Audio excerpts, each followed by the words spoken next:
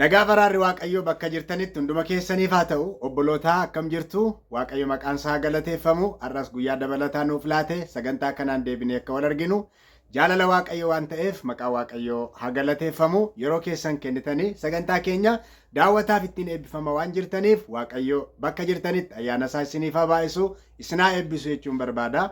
Har'as sagalee Waaqayyoo keessaa waan jireenya koo eebbisee waan Waaqayyo natti dubbatee isiniif qabadhee dhiyaadheera. Maqaa Waaqayyoo haa galateeffamu. Hamma dhumaatti na wajjin tura. Akka ittiin eebbifamtan abdii guddaan qaba. Kutaa kitaaba qulqulluu keessaa har'a kan wajjiniin ilaallu yeroo gabaabaa fi macaafa Ermiyaas raajicha boqonnaa 33 lakkoofsa 1 hanga lakkoofsa 8 kan jiru wal wajjiniin ilaalla. Ittiin akka eebbifamtan abdii guddaan qaba. Hamma dhumaatti na wajjin tura. Sagalee Waaqayyoo akkas jedha. Ermiyaas boqonnaa 33 lakkoofsa 3 lakkoofsa 1 jalqabee hanga lakkoofsa 8 dubbisa. Akkas jedha. Ani Ermiyaas kellaa mana hidhaa keessatti eegamaa otoo hin jiru dubbiin Waaqayyoo si'a lammaffaa gara koo dhufe. Gooftichi inni dubbiin isaa gara koo dhufe kun isa wanta hundumaa hojjete bifa itti godhee dhaabe isa maqaan isaa Waaqayyo jedhamee beekamedha. Inni na kadhadhu ani siif nan dhaga'a. Wanta guddaati qortee bira ga'uu hin dandeenye sitti nan himaa naan jedhe. Ameen. Maqaa Waaqayyoo haa galateeffamu. Dhaggeeffattanii obboloota koo. Ermiyaas raajiin Waaqayyoo mana hidhaa keessatti hidhamee otoo jiru gaaf tokko Waaqayyo gara isaa dhaqe. Gara isaa dhaqe Waaqayyo. Akkuma beektan Ermiyaas raajicha baay'ee sababii Waaqayyoon duukaa bu'eef sababii dhugaa dubbatuuf rakkina guddaa ari'annaa guddaa keessa nama turedha. Ermiyaas jireenya baay'ee dabarse, qormaata baay'ee dabarse, bu'aa bayii baay'ee dabarse.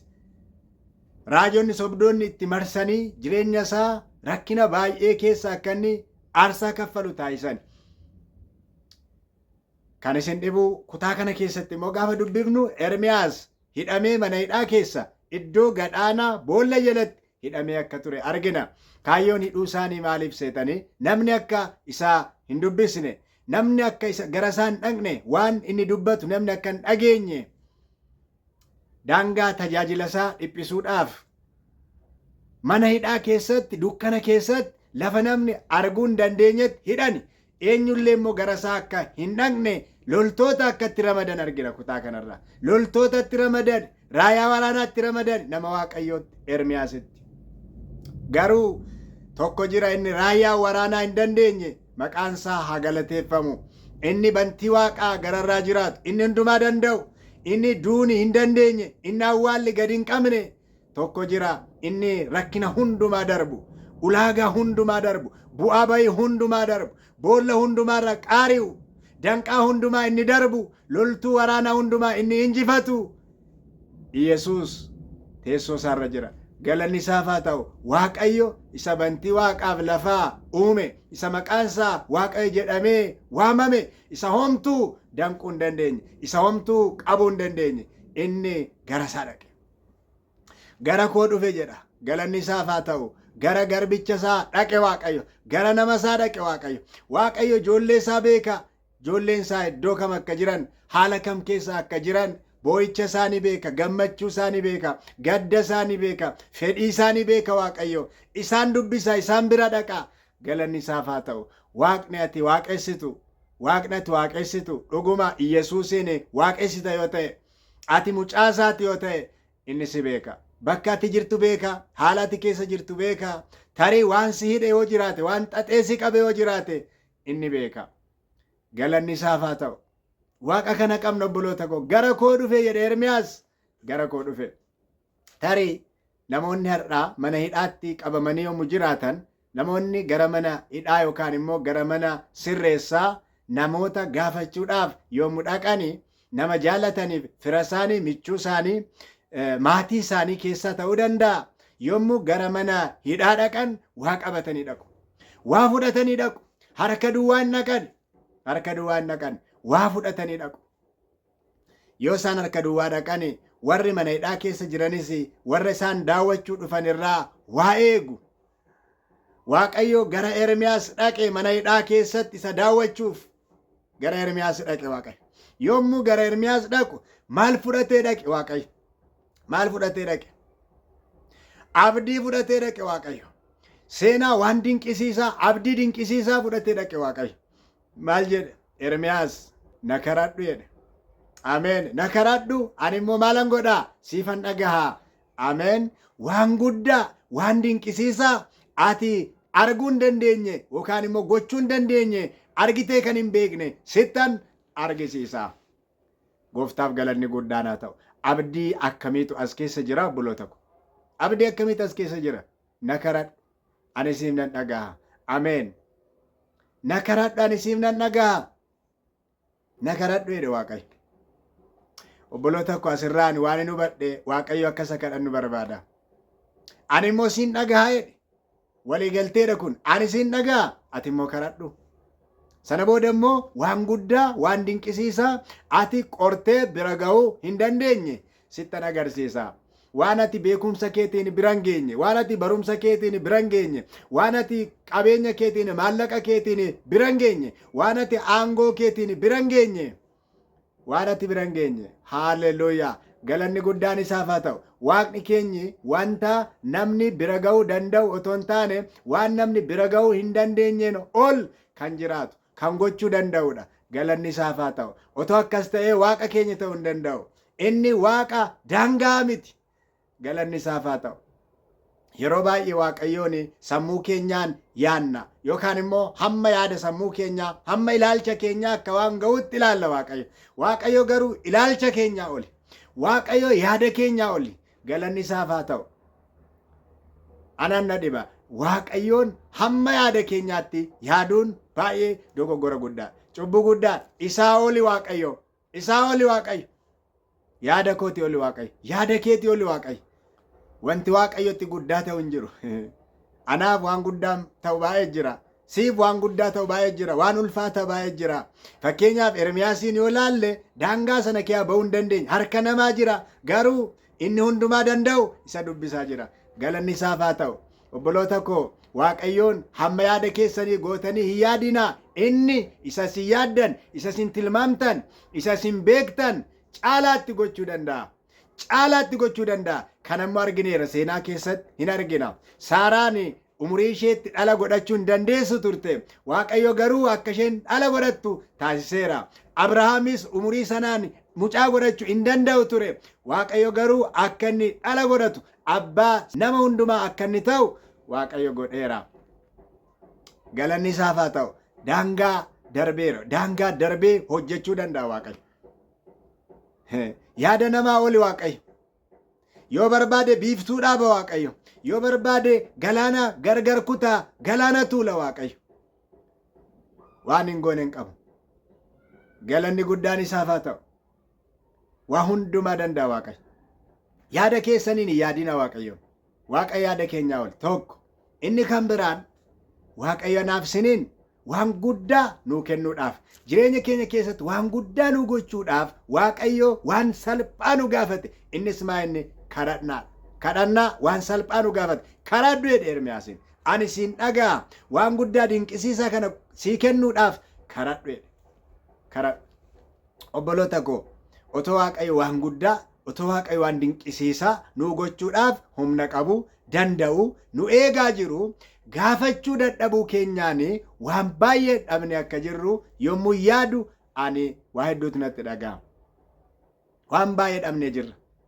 Waan baay'ee dhabne jira. Sababii gaafachuu dhabuu keenyaaf qofa. Sababii dhibaa'ummaa keenyaaf qofa. Yaaqoob boqonnaa 4:2 irratti akkas jedha Yaaqoob, waan kadhachuu dhiiftaniif waan barbaaddan hundumaa hin argattanidha. Waan hin kadhanneef waan barbaaddan hin argattan. Akkas jedha. Haa ta'u malee gooftaa Yesuus waadaa yommuu nu gale sagalee isaa keessatti maal jedhe? Wangeela Yohaannis boqonnaa 14:13 irraa sagalee Waaqayyoo akkas jedha. Abbaan anaan ulfina akka argatuuf waan kadhattaniif waan gaafattan hundumaa isiniif nan kenna. Waan isin maqaa kootiin kadhattan hundumaa isiniif nan kenna. Ameen.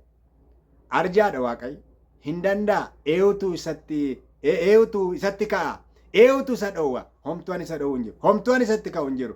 Waan barbaadde waan siif ta'u hundaa sii kenna Waaqayyo. Waan sii ta'u immoo inni si caalaa beeka. Sii kenna garuu maa inni gaafadhu ati gaafadhu kadhadhu waaqayyoon kadhadhu, gaafadhu, fudhadhu.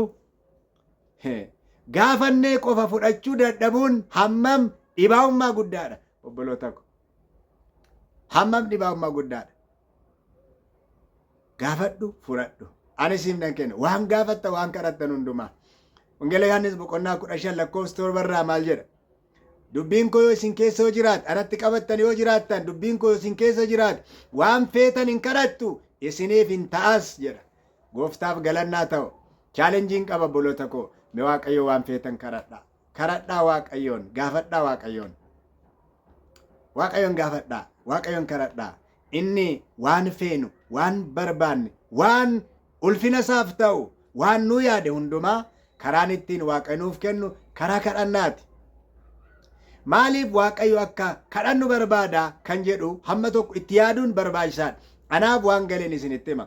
Waaqayyo yoo barbaade kan umurii keenya guutuu nu ga'u waan barbaachisaa ta'e hundumaa nuu kennuu danda'a. Bara jireenya keenya hundumaa waan nu ga'u waan barbaachisaa ta'e hundumaa al takkaatti nuu kennuu danda'a waaqayyo. Hin danda'a, homtuu isatti hin ulfaatu. Garuu waaqayyo akkasitti hojjechuun barbaadu. Waaqayyo maal barbaada? Hariiroo keenya guyyaa guyyaa barbaada. Akka nuyi guyyaa guyyaan gara isaa dhufnu, akka nuyi guyyaa guyyaan isa wajjiniin rileeshinshiippii dhaabbataa ta'e qabaannu barbaada waaqayyo. Rileeshinshiippii keenya barbaada. Nu wajjin ta'uu barbaada waaqayyo. Fageenyatti akka nuyi isa wajjin jiraannu barbaadu waaqayyo. Akkuma daa'imman keenya gara keenyatti yommuu dhufan, yommuu nu hammatan, yommuu isaan hammannu nutti tolu, isaanitti tolu, yeroo fagoorraa nu argan fiiganii nutti marman, waaqayyo akkasuma akka nuyi yeroo yerootti gara isaa dhaqnu kadhannaadhaan isatti akka marminu, gara isaatti akka deddeebinu barbaada waaqayyo. Galanni isaaf haa ta'u. Kun karaa waaqayyo hojjechuuf filatedha. Waan waaqayyo uume akkasi. Karaan itti waaqayyo waan nuuf barbaachisu isa harkaa fudhannu karaan isaa maal? Kadhannaadha. Garuu nuyi sana gochuun barbaadnu hin gaafannu. Haa ta'u malee obboloota waan dinqisiisaa tokko isinitti himeen xumuruu barbaada. Kadhachuu dhiisuun cubbuudha. Waaqayyoon kadhachuu dhiisuun cubbuudha. Maaliif? Waaqayyoon kadhachuu dhiisuu jechuun maal jechuudha? Ani ofii koof nan gaha. Waan ani gahaadha ofii koof jechuudha. Jireenya koof ani gahaadha jechuudha. Sun immoo hin danda'amu. Sun immoo hin danda'amu. Waaqayyoon malee nuyi homaa miti. Waaqayyoon malee nuyi homaa miti. Kanaaf kadhannaan baay'ee barbaachisaadha. Obboloota ko, Ermiyaasitti kan dubbate waaqayyo har'a anattis sittis hin dubbata. Na kadhadhu jedhe. Tokkoffaa iddoo inni namni isa arguu hin dandeenyetti Ermiyaasiin arge isa dubbise waaqayyo. Har'as waaqayyo iddoo ati jirtutti si arga. Waaqayyo iddoo ati jirtutti si arga. Haala keessa jirtu keessatti si arga. Dhukkubsataa jirta yoo ta'e si arga.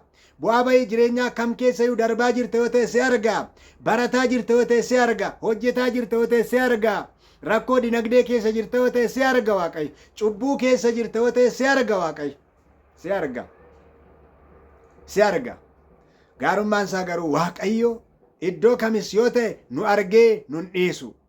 Gara keenya dhufuu barbaada. Haala keessa jirru keessaa nu baasuu barbaada. Nu baasuu barbaada. Galanni isaaf haa ta'u. Tarii cubbuu ati keessa jirtu keessatti waaqayyo si arga. Yommuu siin jedhu waaqayyo gara kee kan dhufu cubbuu ati hojjechaa jirtu sana keessatti achi keessaa si baasuuf dhufa waaqayyo. Si baasuuf dhufa. Inni hin dhufa. Lafa namni akka ati hin argamneef si dhokseetti dhufa waaqayyo.